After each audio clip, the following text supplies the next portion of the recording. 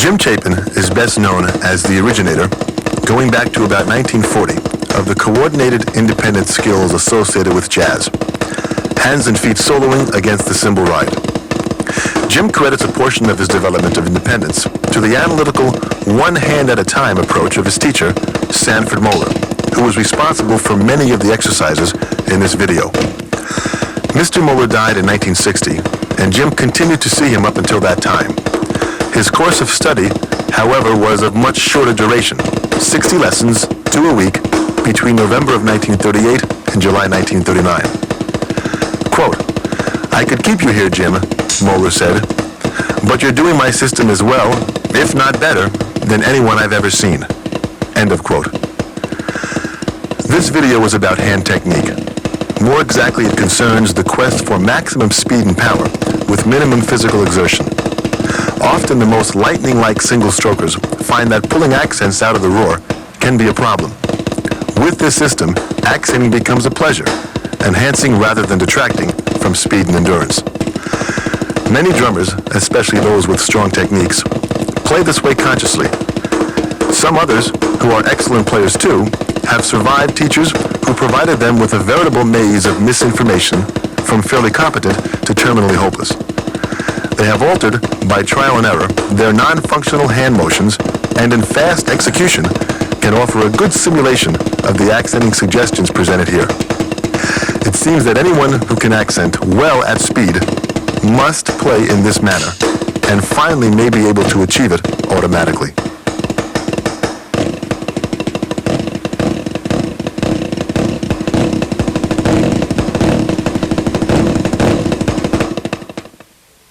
Hello, I'm Jim Chapin, and I'm here in your living room or in your store or in your school, and I would like to talk to you a little bit about the techniques of drumming, especially as they affect the snare drum, especially as they affect the way you approach hitting the drum. Now, I studied about a little over 50 years ago. I started studying with an old man named Sanford Moeller, very tough old man. I went to him and I said, "Here I am, Mr. Moeller, I'm ready to study with you." He says, "Well, play for me a little bit." So I played. I've been playing a year and a half. I'm in favor of it. He said, "Kid, you don't know anything, do you?" Well, that was the start of a delightful friendship and a very difficult 7 months, because he really put me through the ringer. But I came out the other end. And at that time he said, "You've done it, Jim. You've done everything I've asked you and more. And I would like to say that you don't have to come back anymore." I said, "Come back every month or so, because I want to see how you're doing. But as far as you've learned the Moeller technique as well as anybody I've ever had." I said, "Thank you very much, sir." Now, this guy was the kind of a guy that he made drums. He made beautiful old.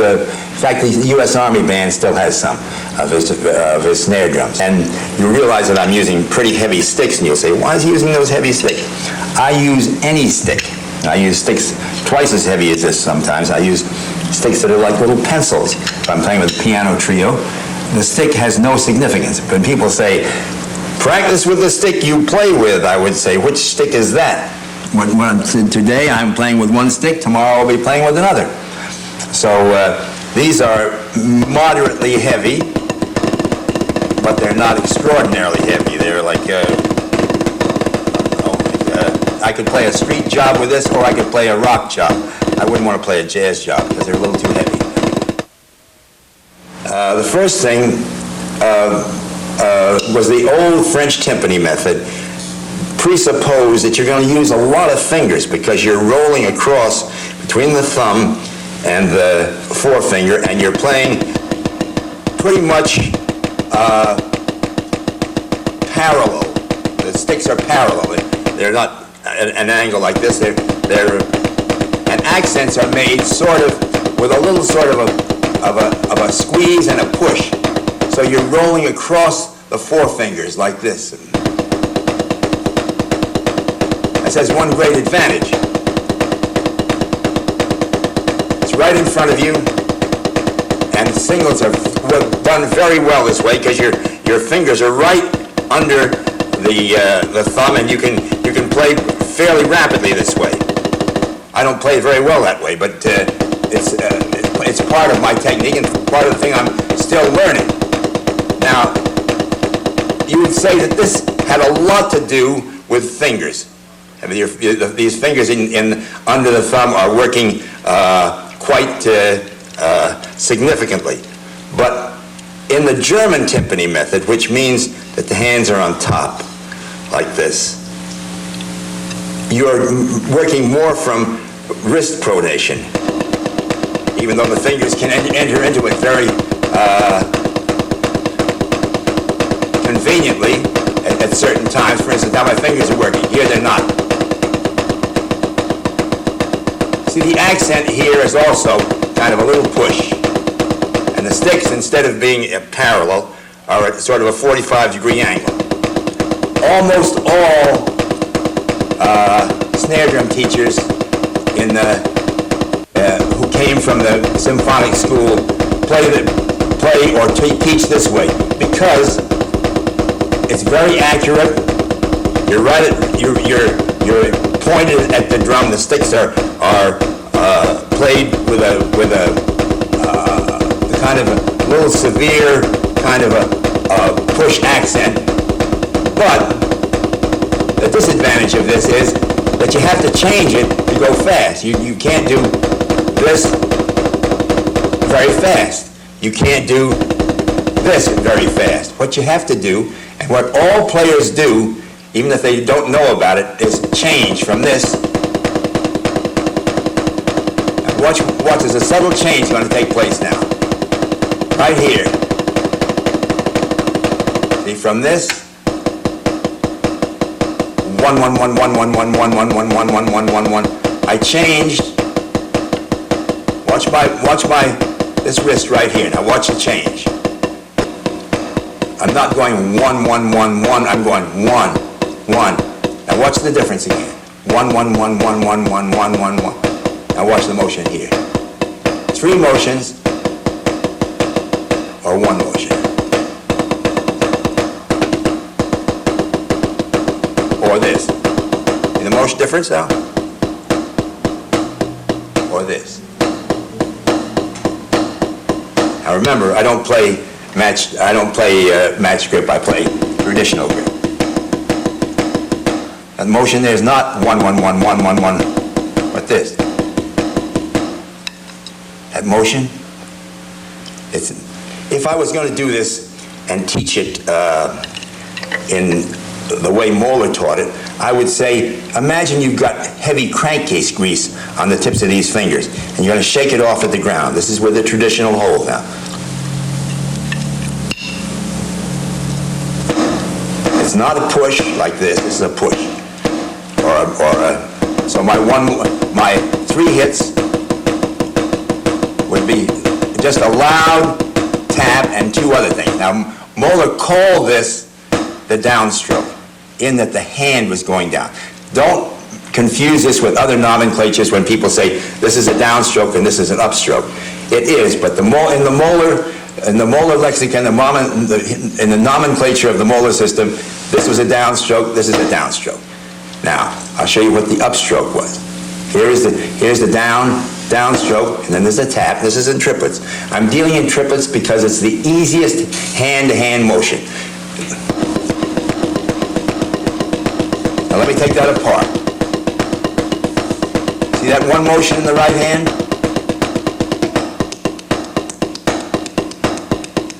One motion, but 3 hits. So I'm hitting this whipping stroke, then a tap almost occurs. Then I have to get this stick in this position again to make that whipping stroke. So I hit going away. This is what he called the upstroke. Down, tap, up. Down, tap, up. Down, tap, up. Now you want to notice something. You don't see this. You're not seeing down. Because it's easier. You can do it this way. I can do it this way out of the German timpani method. But it doesn't have the freedom it has out in here.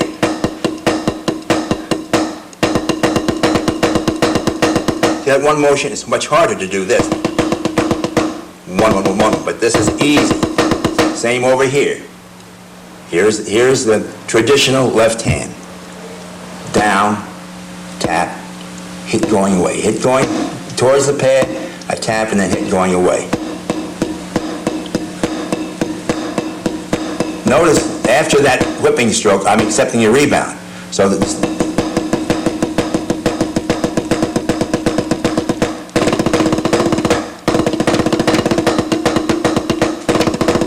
if we do it together, I'm hitting 2 downstrokes, molar downstrokes. This doesn't mean that you have to suspend your idea of what a downstroke and an upstroke is if you've heard it from other people. This is, you're speaking about the molar naming of these things. This is a whipping stroke, it's a downstroke. I'm doing it.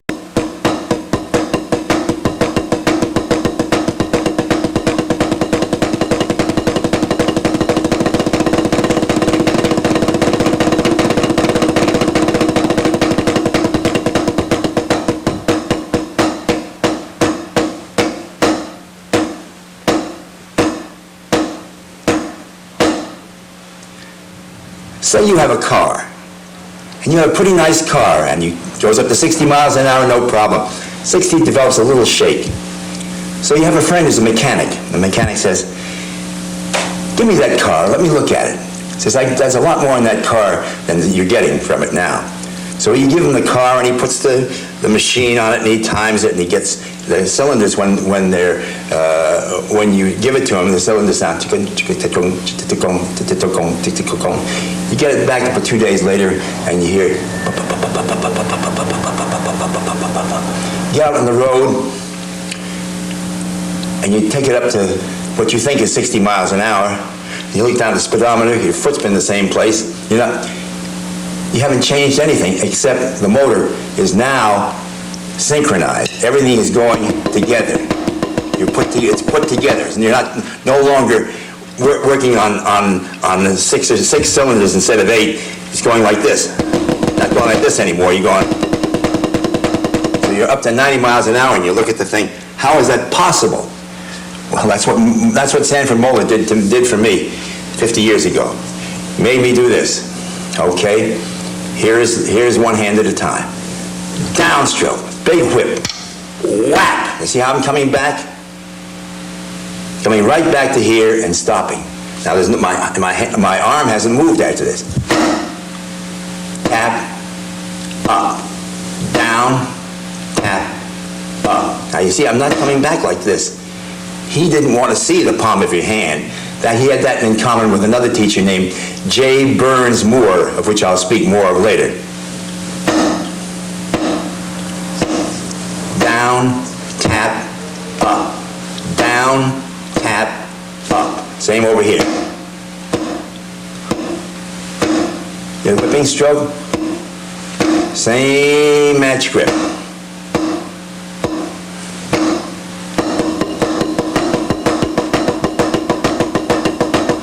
Now, if you would hypnotize yourself, you could almost believe when you look at this video, say, same over here.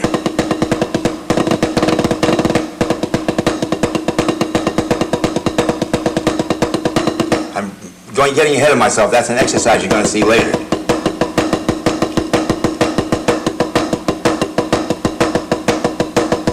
Now, if anybody tells you that there's only one way to hold the drumstick,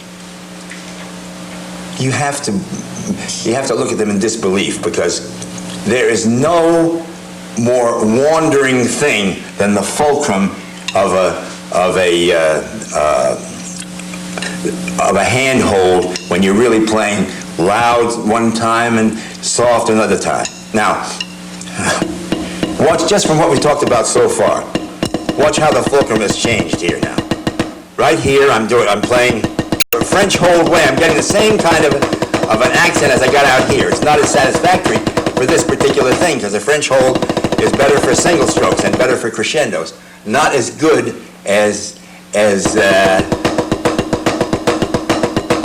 not as good as for accenting as the Moeller system. But then again, here's split the difference. We're in the German timpani mode now.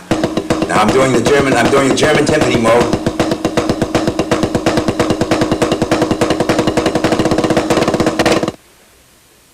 Now inside this German timpani method, see, I'm doing it pretty purely now, 1, 1, 1, 1, 1, but I can also, in spite of the fact that I'm not really out here in this other 90-degree position that I'll talk about in a minute, I'm in this 45 position, I can almost get a pretty good, by drooping my hand instead of playing with a flat hand like this. Now watch the droop, watch it, and droop in my wrist now. See, this is almost pure Moeller, except that it's coming up this way too much.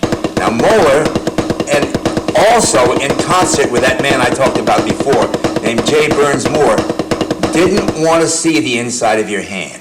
They didn't want to see that. They wanted to see the back of your hand. Now, if I'm out here, watch what happens. I'm not doing this. I'm not doing wrist pronation. I'm not doing this. I'm coming up with a forearm turn. Now watch wrist pronation. I can only get to this point. This is a symptomatic of the German timpani, that you're coming up this way, and this is what you want to see at the top. You want to see the inside of your hand. Moeller and J. Burns Moore didn't want to see that. They wanted the roll out like this, so it was forearm turning. Not this. They wanted the forearm to turn this way a little bit. Now, a reason for that is that you can only go to here. If you're holding the sticks relatively tight, you can only go to there playing German timpani. Now, watch the difference now. Watch, and I'm going to droop my wrists. I'm going to get out into here now. Now I'm playing what is essentially what Burns Moore taught, which is like a big tap, which I liken to a karate chop. Like this, boom, boom. But you're here now. They didn't want to see this. Watch me now. I'm in the Burns Moore tradition, but I'm playing it wrong. See where I am? I can't. I'm back in this position. I can't come out all the way because my wrists will only go this far back. However, if I do this, I can go out to infinity. See? Because I'm rolling my forearms.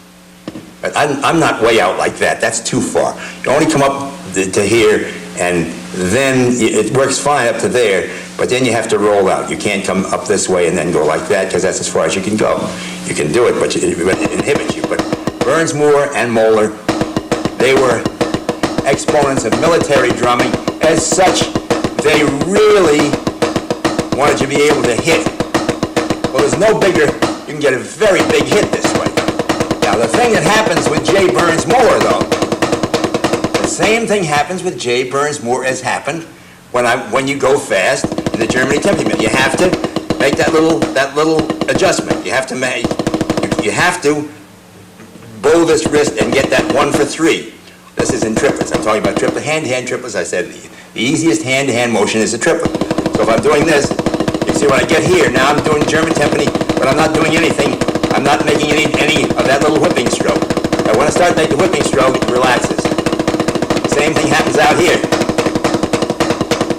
Burns Moore here, fine. But if you get faster, watch what it turns into. Watch what it turns. Watch the whipping stroke. Now that is, even though it starts off as Burns Moore's karate chop, turns into the Moeller downstroke, tap, down, tap, up. Now here's Burns Moore, Moeller. Again, Burns Moore.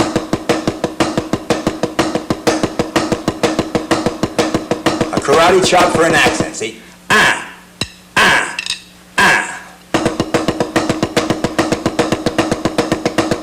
Now watch, I'm going to turn it and I'm going to let it assume its own identity. And its own identity is it turns into this. You can't do that long. You have to turn it into this. But the great thing about J. Burns Moore was that he knew that would happen. He didn't teach it, but he knew that would have to happen, that it would have to turn into what Moeller taught from the beginning. Remember what I said Moeller was? Is down, tap, up, down, One motion.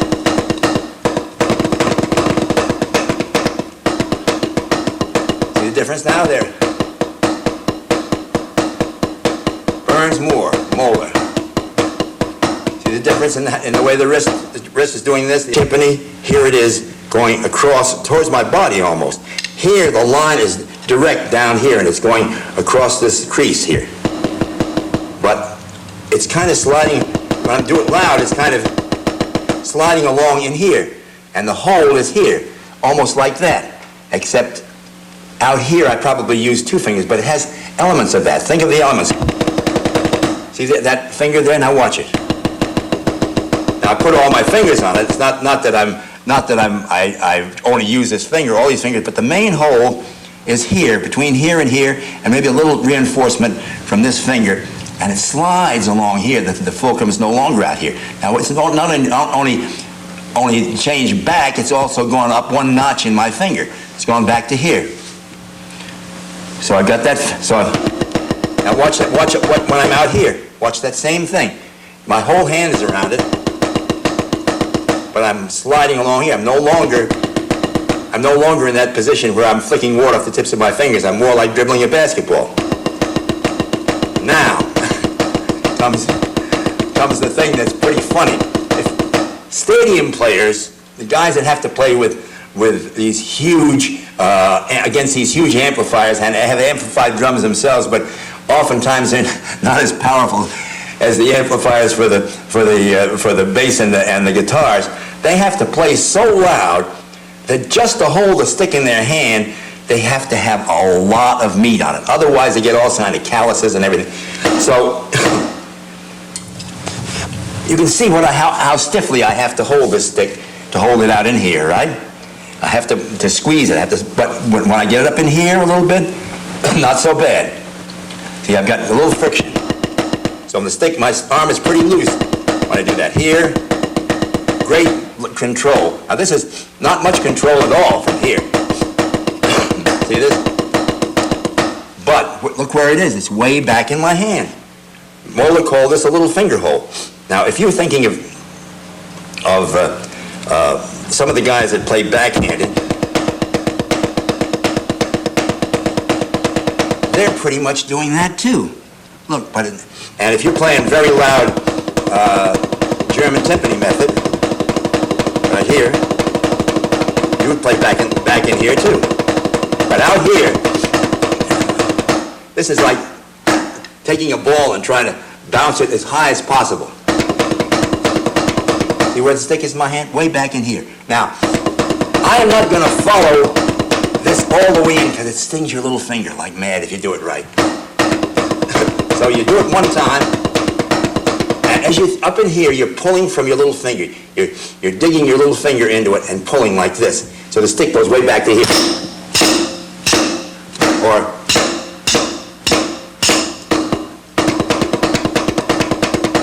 you see it. Look where the handhold is, way down in here, and I don't let it go up in there because that ruins the whole thing. So I'm because it gets it too uncontrolled. But the control goes between here, here, and here, and you see how Mulder Major used to make you do this and push down here and hold your little finger.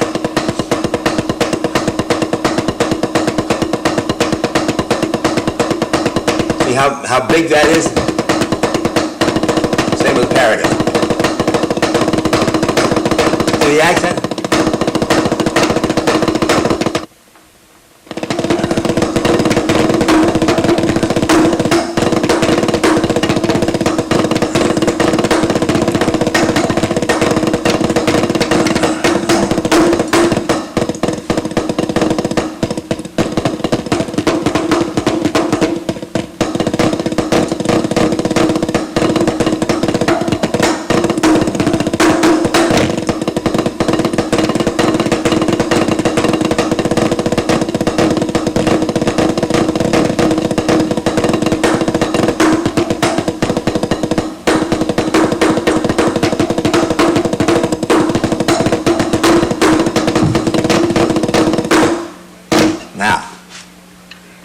When we're talking about the big molar system, or even the big Burns Moore thing. You're doing slow.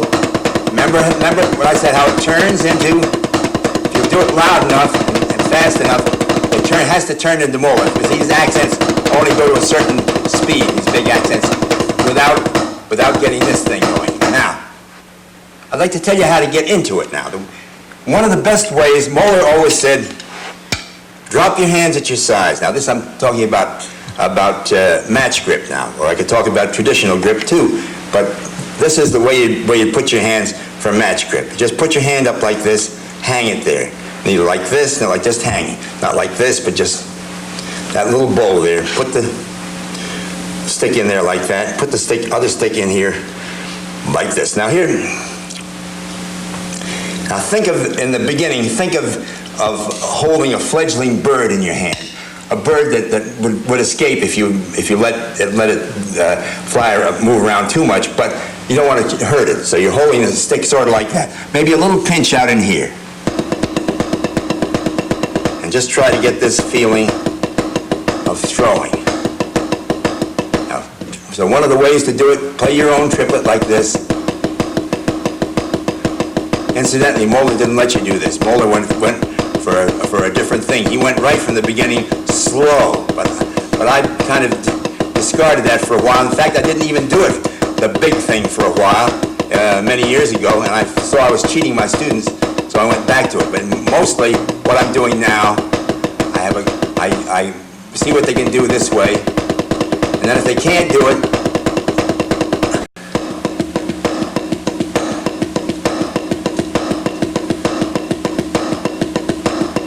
if you have problems doing it.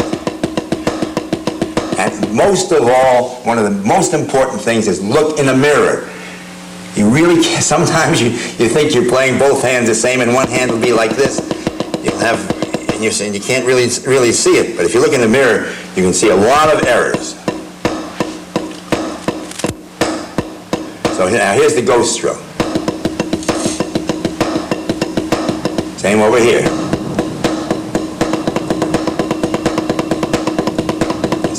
Now here's one of the things that Moeller did later on, was to do this and then slip the other hand in.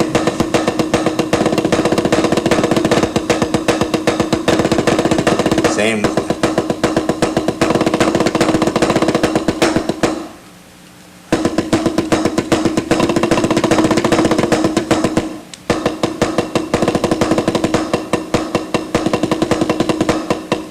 Now then when you get the idea that you can do it, then here's another exercise. Or just take your own triplet and play it like this, and just make the push accent the way you perhaps have been taught. Once you hear it, say, I'm not going to push for this accent, I'm going to throw for this accent. But one thing you have to remember is that if you throw for the accent and don't accept any rebound, then you're going to get this. You're not going to get it. So you have to accept the rebound. So remember that, get back, and remember that position of strength. One of the things that Moeller always talked about was utter relaxation. Now, he didn't mean that you're supposed to fall apart completely. He meant that you're supposed to sit back and make your arms hang at your sides. That you're supposed to suspend yourself from this backbone back here. That you're not having just your relaxation is rolling your shoulders, and you finally getting your arms fairly free. Now, one of the things that he always insisted upon was that your elbows, when you were playing loud, were supposed to come towards you. If I'm playing soft, I'm going to do the triplet again. Watch. Doing like my elbows aren't moving. How come? Now here, not moving that much. Why? Because I'm fast and I'm lower.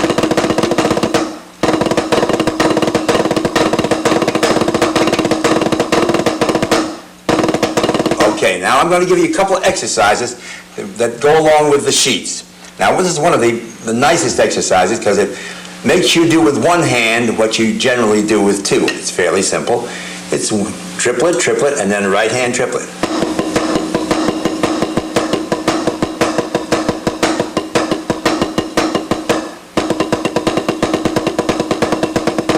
And then I'll do it traditional grip.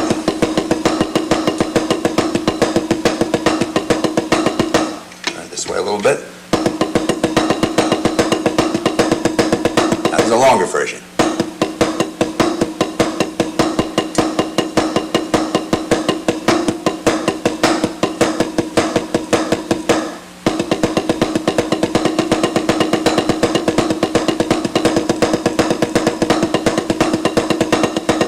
The motion is just Same over here, but little roll, the traditional grip.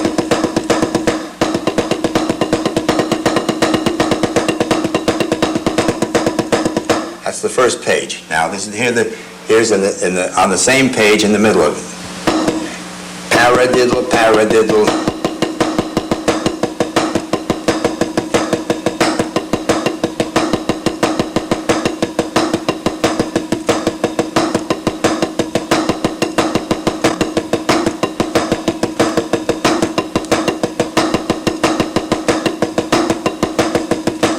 And the longer version.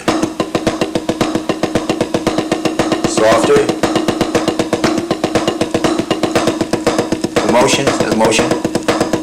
It's 4. I'm going to explain that in a minute. Now, then of course you have the other version, which is single strokes. Right, left, right, left, right, left, right, right, right, right, right, right, right, right, right, right, left. And the longer version of that.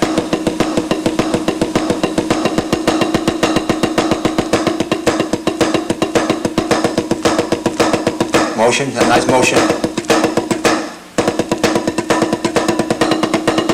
That's what helps you to build that up, is the fact that you're doing the same thing with one hand that you did with two. For instance, paradiddle, paradiddle, paradiddle. Sounds like single stroke, single stroke. Sounds like a paradiddle. Make it sound the same as a paradiddle.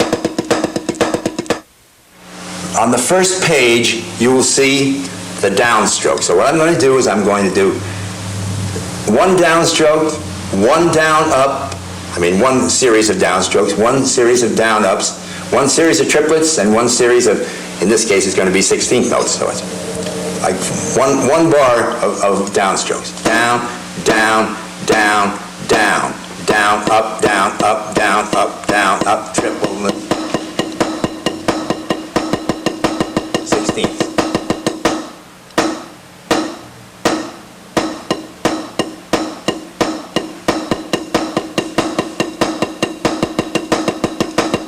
Same with the other hand. Match grip.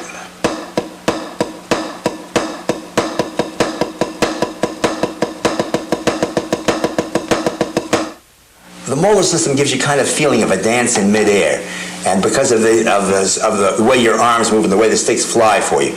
All this is exercise 1 on, all it consists of is, in this case, it's 2 double paradiddles, a paradiddle, and then the same thing on the other side. So it's para-paradiddle, para-paradiddle, para.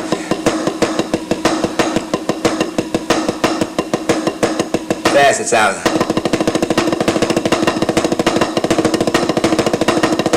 Now, again, para-paradiddle.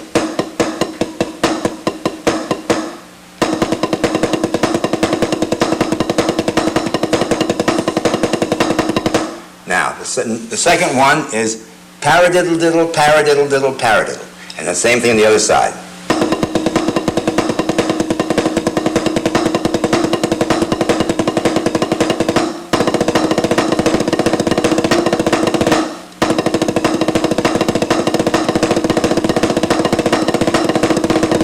Etc. Now, third one is very strange because it's, a minute ago we did this.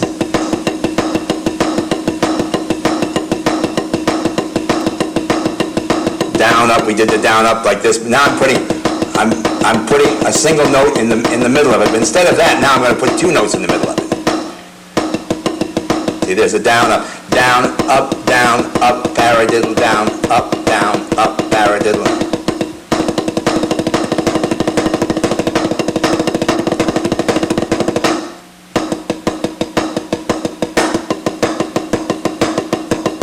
Slower now. Down, up, paradiddle. Now, here's another one, the fourth one, is an exercise. It's also a paradiddle diddle, but it's kind of strange because you're doing 4 notes on one side.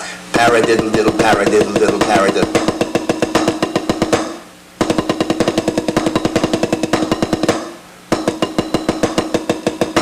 Now watch this. This really shows you where the dance in midair comes from, because you're going up slowly, watching this other side.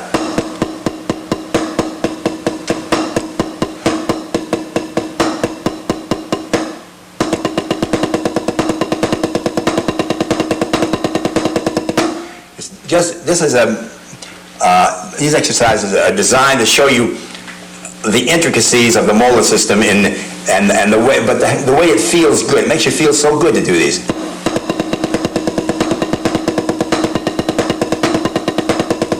See, you have a feeling of accomplishment, I think. Now, so far, it has been mostly a dance in midair with the triplets and the paradiddles. But this is another face of it. Instead of, you've been kind of playing into the drum and getting away from the drum. This is as though you were pulling the sound out of the drum. And the reason for this, I'll show you in a minute. It's kind of a two-edged sword. You're playing like this, and then suddenly, and inside of it goes zhup, and pull something out of it. And this is the way it works. Moeller devised he saw that most of the guys that really had great open rolls didn't dig into the drum like this. They dug into the drum in their double stroke roll. You know what I'm doing now? I hold the stick loosely, hit it once, then imagine the pad is hot. Ow!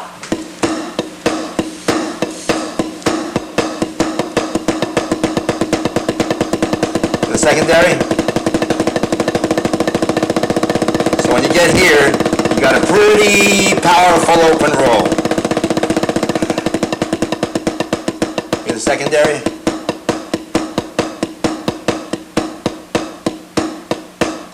Now here's another way to do it.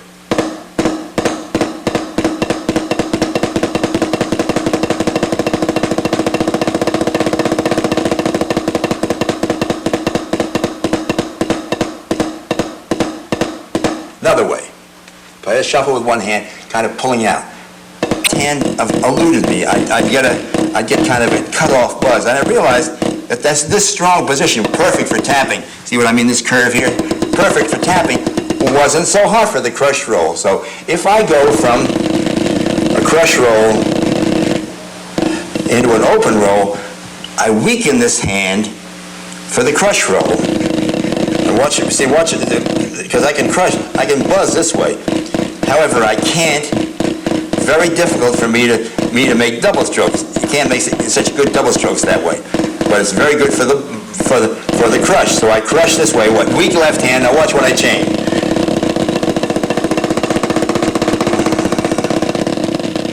See how it's weakened now? Now it's because it's bent back like this. Now I'm strong again.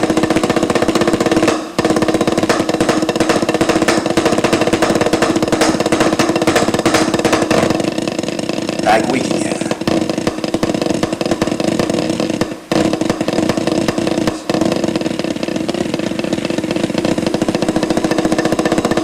Strong again. Okay.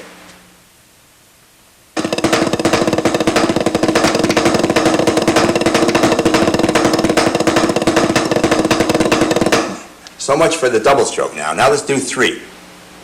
Same thing. Wet finger. Ow! Third time the water burns off.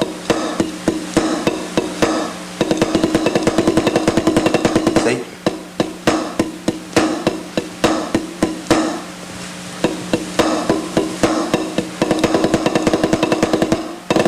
Now, 4.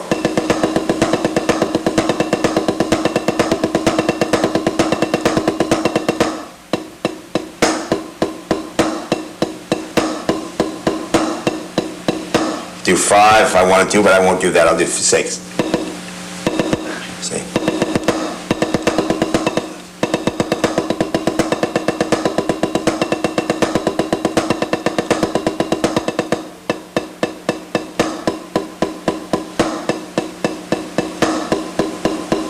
See that? Now here's what happens. I involve my whole arm at that last minute. And when I hit that hit, this is stiff for just that second. The pullouts have a great function in this next series of exercises, the roughs. Now first of all, I'm just going to do the double stroke that I did before, like the open roll, and turn it into 3-stroke roughs.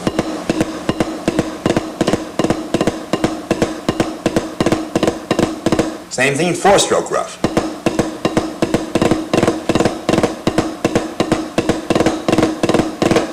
And 5-stroke rough, you do 3 on each hand.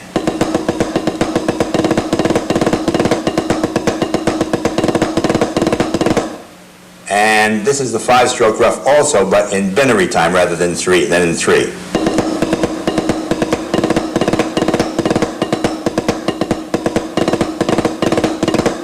Now, the next is a 7-stroke rough, and you do 4 on each hand. Okay.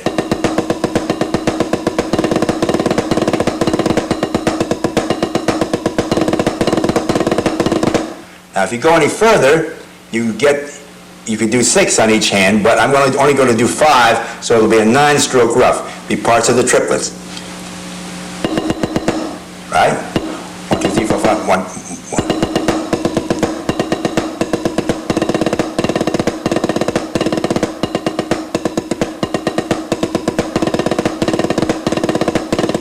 Now I can add that extra missing note and do 6 and add 5 in the middle, making 11.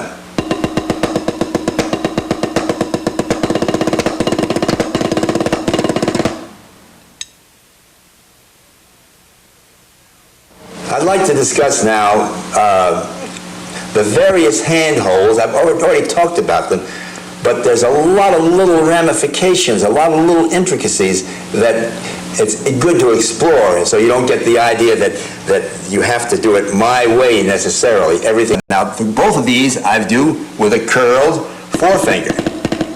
But this one, the long one, has more support from this finger back here. But this one, for instance, now here's another one with the tip, with a short thumb and the very tip of the finger, and I'm digging in. I have all these 3 fingers on it. I'm dropping and picking it up. Now this, no, there's no curled forefinger on this. Here there is. Now the only trouble with the curled forefinger is if it's too tight, then it tightens you up in here. You can do any of these things that I've talked about. This is, for instance, here it is. Here's that light hold out in here that I told you about in the French grip. Here it goes through the German grip. Here it is in here. It's all out in the tips of the finger.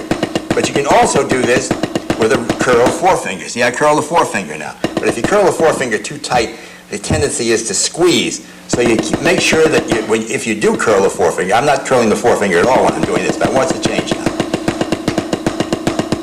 See me curl the forefinger there, like this? Now watch the myriad positions that a thumb goes through in just the molar, just the right hand molar thing. Let me see if I can do it now. If I'm here, and I'm in the kind of the middle ground. So I'm in the middle of this thumb, it's sort of on the side. But if I go a little faster, the tendency is for me to close this up a little bit. I'm squeezing out and holding it in here with this curl, kind of curled around it, but I'm hitting it on the outside of the thumb here. There's many nuances, of course, to all these holes. I'd like to explore some of the major ones that happen in my playing. Now, when anybody, as I mentioned earlier, when anybody tells you there's only one way to hold the stick, I would question that very severely, because even inside the molar thing, look how many different ways I'm holding just my thumb position and my finger position in the right hand. Now if I'm doing it light, I'm down in here. But if I do it faster, I'm in the middle of my thumb now, right in the middle of my thumb. But if I do it faster, I come over towards the outside of my thumb. Watch.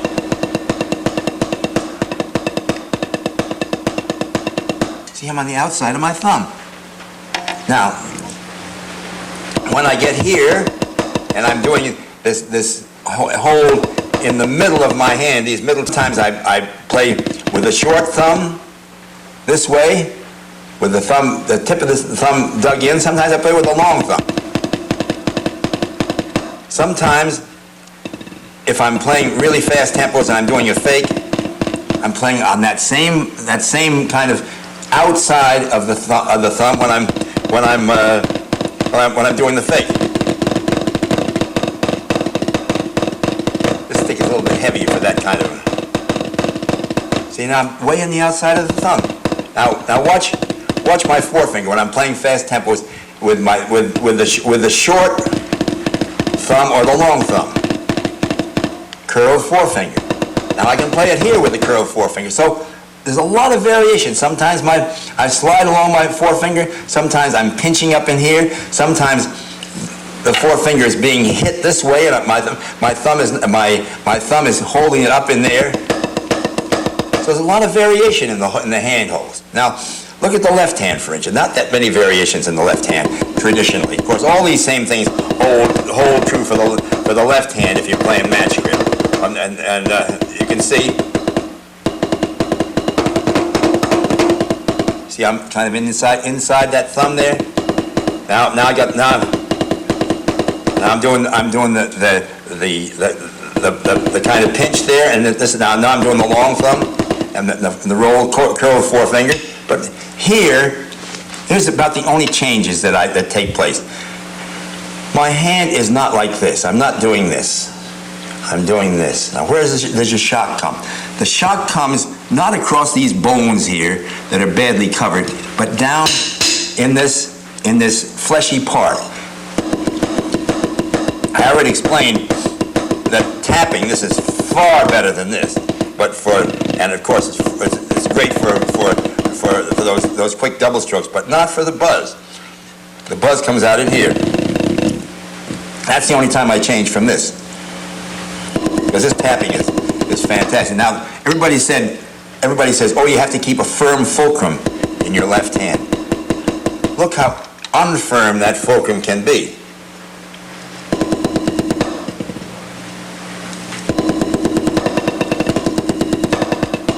Even, of course, when I'm accenting, I have to hold it in there. So this finger never goes out there except a little bit when I'm doing the open buzz, the Morello thing, or when I'm doing the crush roll.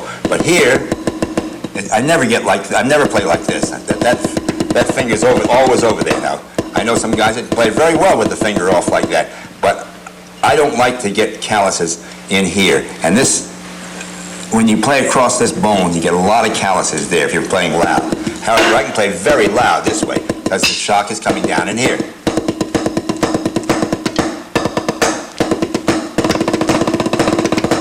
The motion. Where the shock comes right down in there, in that fleshy part. All right, now, there's so many different parts to drumming that you can spend your whole life just working on technique. But that's not the way to really do it.